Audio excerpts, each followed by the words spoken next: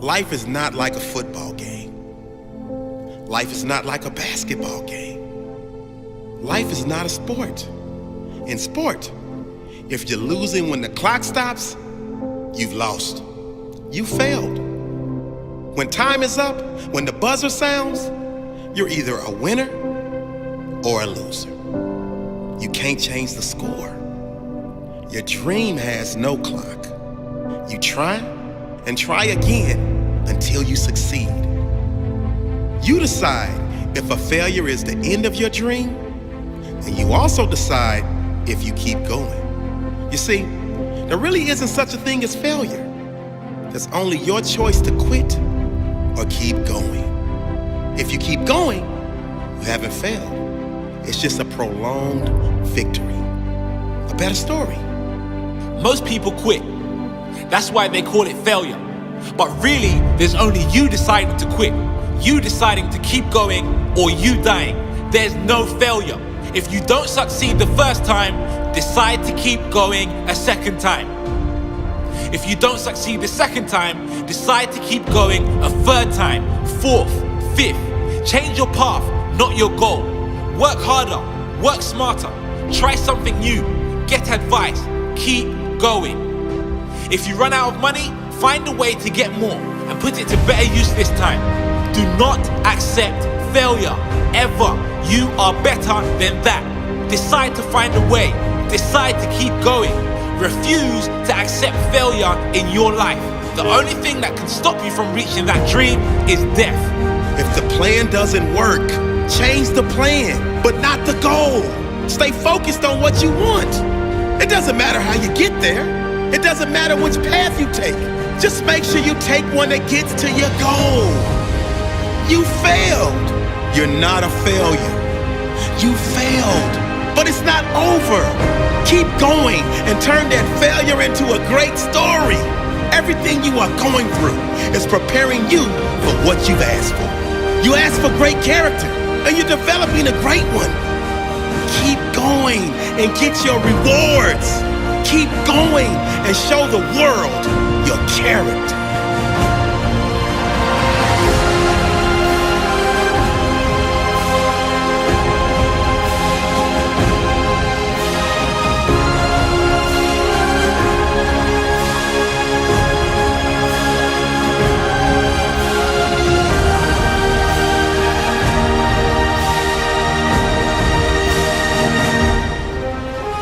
You're never going to be in the middle of a failure and think, oh, great failure. What a great lesson. It sucks failing.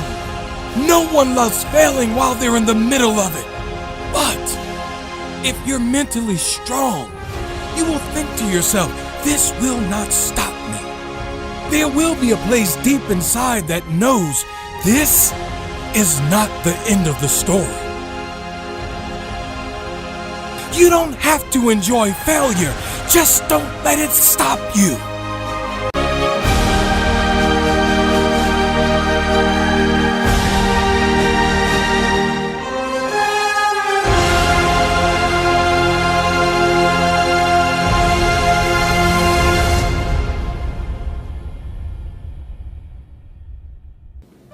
The diseases of attitude. It's never that pleasant to talk about the negative, but we got to talk about it because life is part negative. These attitude diseases are like weeds that grow in the garden. It's a normal part of life. Here's a good phrase to note. Negative is normal. It's not successful, but it's normal. It's part of life. And here's the next key, in my opinion. You must learn to handle the negative. Don't ignore it. Handle it. Now, I know some people teach the other way. And listen to them, and listen to me, and then make up your own mind. Right? Don't be a follower, be a student.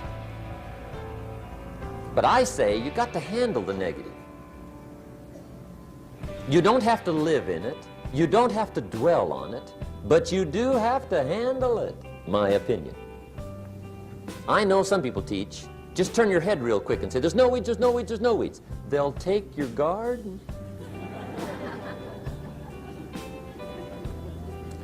So you've got to handle the negative.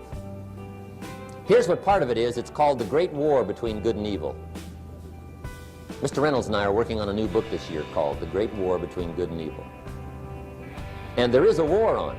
The minute you were born, you got involved in the war between good and evil, between darkness and light, between negative and positive, between evil and good, between tyranny and democracy, between weeds and human activity. I mean, the war is on. If democracy sleeps, guess who never sleeps? Tyranny. In the absence of light, guess what's automatic? Darkness. If good does not arouse itself and become active, guess what moves in? Evil. It's a war. A mental war, a physical war, a financial war, between enterprise and ease, between accomplishment and failure. It's a war. That's why there's an Old Testament phrase that gives the best advice for human activity when it says, 6 days labor, 1 day rest. Now, I'm sure we've taken that to mean, don't work all 7 days, take one off. Here's what it also means, only take one off. Or you're liable to lose the war. Now, we've got it down to 5 and 2, and maybe that's not too dangerous, I don't know. If God would have thought of 5 and 2, he might have made it 5 and 2. I don't know. You can't think of everything. But here's what it does mean. Enterprise is better than ease. If you rest too long, the jungle overtakes the village. Now here's the good news about the war between good and evil. Evil is no match for good, but good must be active. Weeds are no match for human activity, but if you stand still, how far in will they come? All the way. They'll grow right up around your shoes. But if you get busy, how far back can you take them? As far as you wish. They're no match, but you must be active. That's why the 6 and 1. Make sure you're not losing the war by taking off too much. Guess what the average years are after retirement? 6. 6. Which means don't retire. Your chances are too slim. Okay. The war between good and evil, the weeds. You got to make sure you recognize the negative, handle it, deal with it, and then go on. Let's make a list of the diseases of attitude that can wreck all your chances to do well. One of the words that destroys everything is called neglect. Neglect. And I found this out. A week of neglect could cost you a year of repair. It isn't worth it. So what to be on the lookout for? Here's the list. If you were making it, you'd have the same list I've got. Right? We're not covering anything new tonight. This is a reminding session, not a teaching session. But it doesn't hurt to go over it again. Here's the list. Attitude diseases. Number 1 is indifference. The shrug of the shoulder. The guy's not even concerned. He's just drifting. This is called the mild approach to life. A disease known as mildness.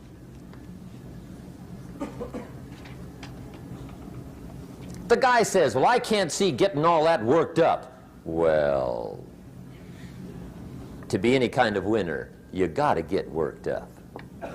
There's one problem with drift. You cannot drift to the top of the mountain. And the good Lord said in the closing chapters of the Bible, here's the best way to live, one way or the other. That's best. Hot or what's next best? Cold is next best to hot. Not the half-baked middle, lukewarm, not too hot, not too cold. What a sad way to live. I think what it means is pick a direction and go with everything you got. Just pick one and go. Somebody says, yeah, but what if it's the wrong direction? You'll find out quicker. It won't take you 25 years to wake up and say, oh no, I've been walking the wrong road. I told my staff the other day, next best to prosperity is adversity. If one doesn't get you, pray for the other. We all do better from one of two reasons, inspiration or desperation. And I don't wish anything bad on you tonight, but if you're not inspired, I hope a wagon comes down your rut.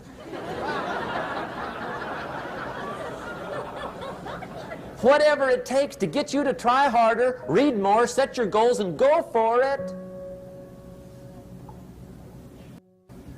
Somebody asked me one time, what quality would I pick if I wanted to work with somebody? And you know what I picked first? Number one, strong feeling. Please, number one, give me somebody that feels strong about most anything. I don't even care, just so they believe it. Even if they disagree with me. Wonderful, just so they disagree vigorously. I'm not saying it's easy to win those kind of people to your point of view, but I'd rather do that than to try to resurrect people from the dead. Pump them up every month, pump them up, pump them up. I pass. The good Lord needs a leader for the early Christians. Remember the early days of the Christians? Not like today. If you were to stand up in the early days and say, I'm a Christian, cut off your head, toss you and your wife in jail, let you rot. I mean, those were ugly days. Being a Christian back then was not called socially acceptable. They didn't have 125,000 in the Los Angeles Coliseum to hear Billy Graham on a Sunday afternoon. Not back in those days. Back in those days when the Christians got in the Coliseum, it was a different story, right? I mean, the word was, stay out of the Coliseum, especially on Sunday. Last Sunday was Lions 33, Christians nothing. See, those were mean, tough struggle days for the Christians. Now, when the days are mean and tough and struggling, you got to have some kind of leader. Do you know who the good Lord picked for the leader when the days were mean and ugly? Saul from Tarsus. That's who he picked, Saul. I'll tell you what, I would have picked him. You would have picked him. Anybody would have picked Saul.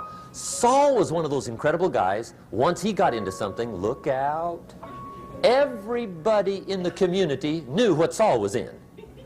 Because whatever he joined, he'd flip all the switches, open up all the dials, turn on all the faucets, and go like mad. He was known as All-Out Saul. I mean, he was something else.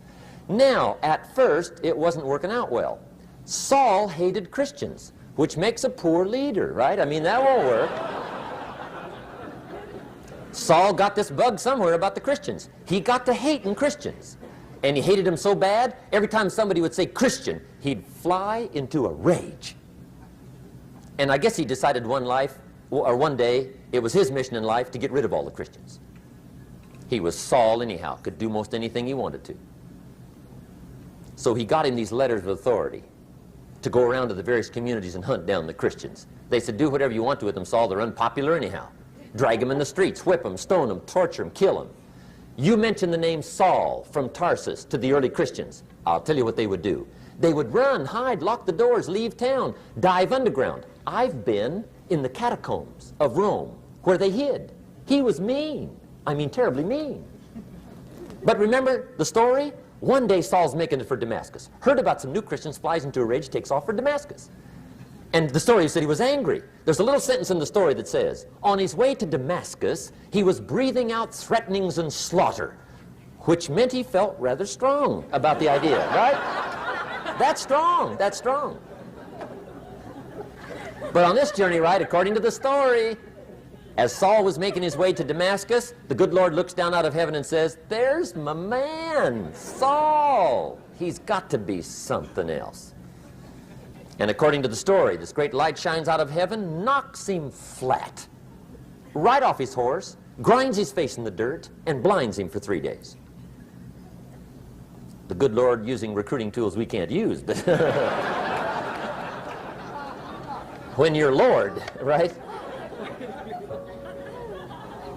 To make a long story short, Saul from Tarsus becomes converted to Christianity. He becomes Paul, the great leader, the apostle. And without a doubt, the good Lord got him a dandy. One he didn't have to pump up every month. In one of his later writings, he said, "The things I once hated, I now love. The things I once loved, I now hate." See, that's strong. Here's the key to the good life. Learn to put everything you've got into everything you do. Whatever you are doing, pour it on. It will quickly open up into opportunity or quickly disclose to you that you ought to be doing something else. The delusion is, if I had a better job, I'd really pour it on. See, that's delusion. Wherever you are, pour it on. Don't give somebody half a job for a day's pay. Pour it on. See, that'll help change your life. Get rid of this disease. Here's the next attitude disease, indecision. Mental paralysis. The guy can't make up his mind and it becomes a disease. Pretty soon he knows he's got it. The guy says, "Well, I know I'm on the fence." But he says, "What if I get off on the wrong side?" Listen, after a while it doesn't matter. Just get off. Any side will do. A life full of adventure is a life full of many decisions. The ones that turn out to be wrong give you better experience to make better decisions. So don't see how many decisions you can get out of, see how many you can get into. That's where the adventure is. So shake off this disease, indecision. The next one is doubt. Doubt's like a plague, and one of the worst is self-doubt. There are many, but that's one of the worst. The guy doubts himself, doubts if it'll last that long for him, doubts if he can do that well, doubts if he can make that much, doubts if he can accomplish all that. A chronic, excellent self-doubter. You can imagine what damage that does to your future. So here's the key. Turn this coin over and become a believer. And there's many things to believe in. One of the majors is yourself. The understanding of self-worth is the beginning of progress.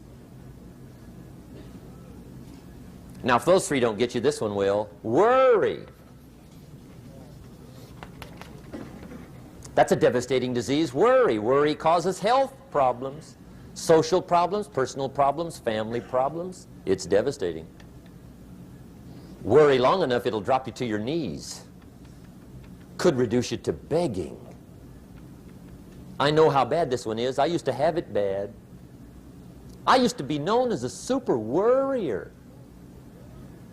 Not a super warrior. No, super worrier. My family wished I'd have been a warrior. I got those years to make up for. But I tell you what, my advice to you is do what I finally did on worry. Give it up. Who needs it? I'm not saying it's easy. I'm saying it's worth it. It took me almost 1 year to kick the worry habit, and it was not an easy year. It was one of the toughest years I ever spent, but I finally got that monkey off my back. And I discovered you could live the most incredible life free of worry. Not free of challenge, not free of difficulty, free of worry. I learned how to do it, and you can. Here's the next attitude disease. Over-caution. Some people never will have much. They're too cautious. Now, you can also be too reckless, but you can also be too cautious. This is called the timid approach to life. And my caution was always the risk. Risk used to drive me right up the wall. I used to say, what if this happens? It's called the language of the poor. What if this happens? And on top of that, if this was to happen, look at the fix I'd be in. I better not try. I could always ace myself out. Then I'll tell you what changed my whole life when I finally discovered it's all risky. The minute you were born, it got risky. If you think trying is risky, wait till they hand you the bill for not trying. If you think investing is risky, wait till you get the tab for not investing. See, it's all risky. Getting married is risky. Having children is risky. Going into business is risky. Investing your money is risky. It's all risky. I'll tell you how risky life is. You're not going to get out alive. That's risky. The Englishman says, well, if that's the way it's going to work out, let's give it a go. Right, that's what it's for. Give it a go. Somebody says, yeah, but I'm looking for safety and security. Fine, then huddle in a corner. We'll cover you with a sheet, bring you 3 meals a day. And we'll protect you, feed you, look after you, care for you. We won't let anything happen to you, and you'll probably live to be 100. The guy said, well, yeah, I'd live to be 100. But what a way to live. Right. What a way to live, safe and secure. Don't ask for security. Ask for adventure. Better to live 30 years full of adventure than 100 years safe in the corner. And see, it's not important how long you live. What's important is how you live. Here's the next attitude disease. We're almost through with this motley list. In fact, we're almost through. Hang on. The next one is pessimism. Pessimism, the deadly disease of always looking on the bad side, the problem side, the difficult side, checking all the reasons why it can't be done. The poor pessimist leads an ugly life. He doesn't try to figure out what's right. He tries to figure out what's wrong.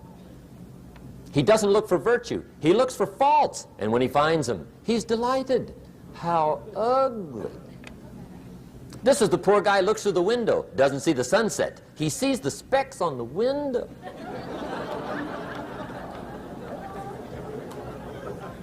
And this is the poor guy, right, who rushes up, takes such leave of his senses. This guy rushes up and he says, I've got 5 good reasons why it won't work.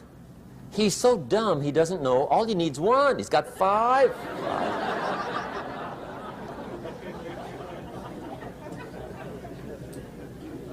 To the pessimist, the glass is always half empty. To the optimist, the glass is half full. Why would the same measure affect people 2 different ways? Answer, it all depends on how you look at it. Our lives are mostly affected by the way we think things are, not the way they are. The way we think they are affects us most. There's a subject we don't have time to get into tonight called better thinking habits. One of the major things Shove taught me when I met him, he said, poor thinking habits keeps most people poor. Not poor working habits. Most people work hard, but they don't think hard. And Shove taught me that the mind is like a factory, a mental factory. And whatever you think about all day long pours ingredients into this mental factory. And that's what builds the economic, social, financial fabric of your life. He quoted me a Bible phrase that says, as you think, so you become. How awesome. When he talked about poor thinking habits, he had me. I used to start the day reading the morning newspaper. I mean, you can believe that or not. I'd get a cup of coffee and read the paper. I'd load up on wars and riots and murders and stabbings and killings and bank robberies and muggings and car wrecks and tragedies. I'd even read the back pages. I seem to like that stuff for some weird reason. I'd load up on all that, and then I'd start the day. You can imagine the kind of days I used to have. You walk around on your financial knees. They call you economic peewee.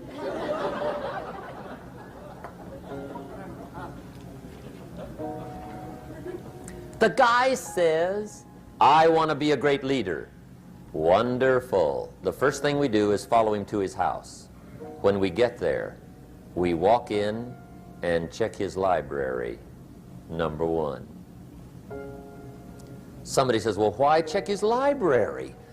The reason is because what a man reads pours massive ingredients into his mental factory, and the fabric of his life is built from those ingredients. You would not believe what some people have got in their house to read. You would not believe. One of the best dressed up words I know for a lot of it is trash. Can you imagine dumping a barrel of trash into this mental factory every day and coming out with a rich, dynamic, positive life? It can't be done.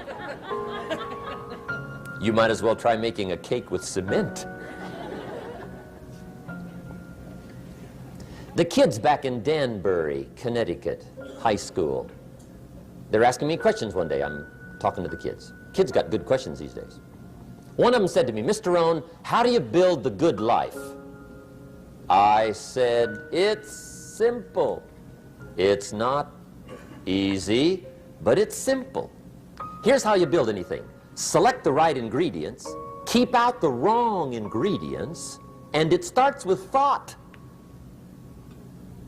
Everything starts with thought. So you must be wise and careful what you think about, because that starts everything. You got to be wise and careful. I asked the kids, what would happen if somebody dropped sugar in my coffee? They said, well, you'd be okay. I said, what if somebody dropped strychnine in my coffee? They said, well, you'd be dead. I said, correct. Lesson 1. Life is both sugar and strychnine. You gotta be careful. I said, what if my worst enemy drops in the sugar? They said, will you be okay? I said, what if my best friend, even by accident, drops in the strychnine? They said, well, you'd be dead. I said, correct. Lesson 2, watch your coffee.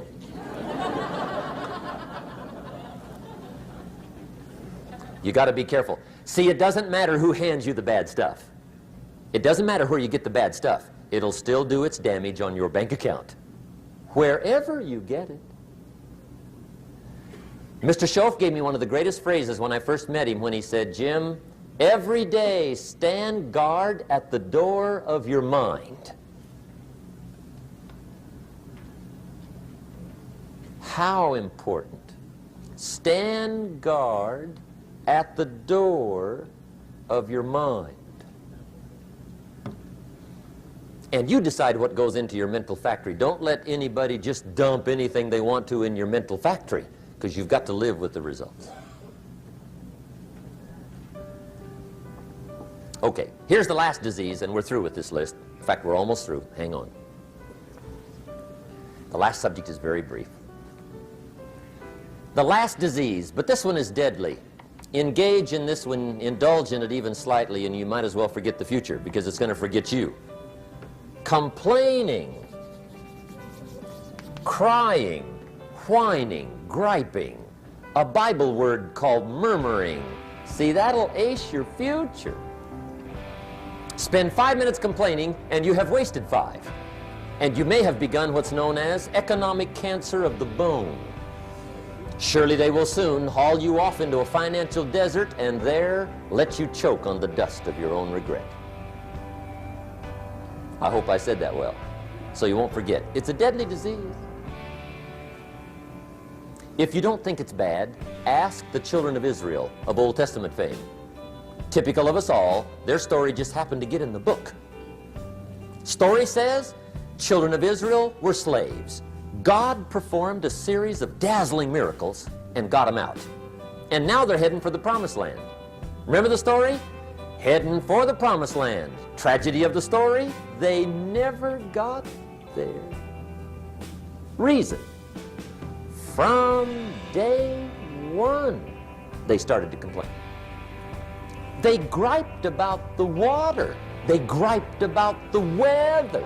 They whined and cried and griped about the food. They griped about the leadership. They whined and cried because it was too far, too cold, too hot, too difficult, too miserable. I mean, they whined and cried for years. Finally, God said, I've had it, trip canceled. Or something like that. The story says they died in the desert, never got to the promised land. Which I think means 2 things. Indulge in this long enough, you get your future canceled. And I guess it also means even God himself can only take so much.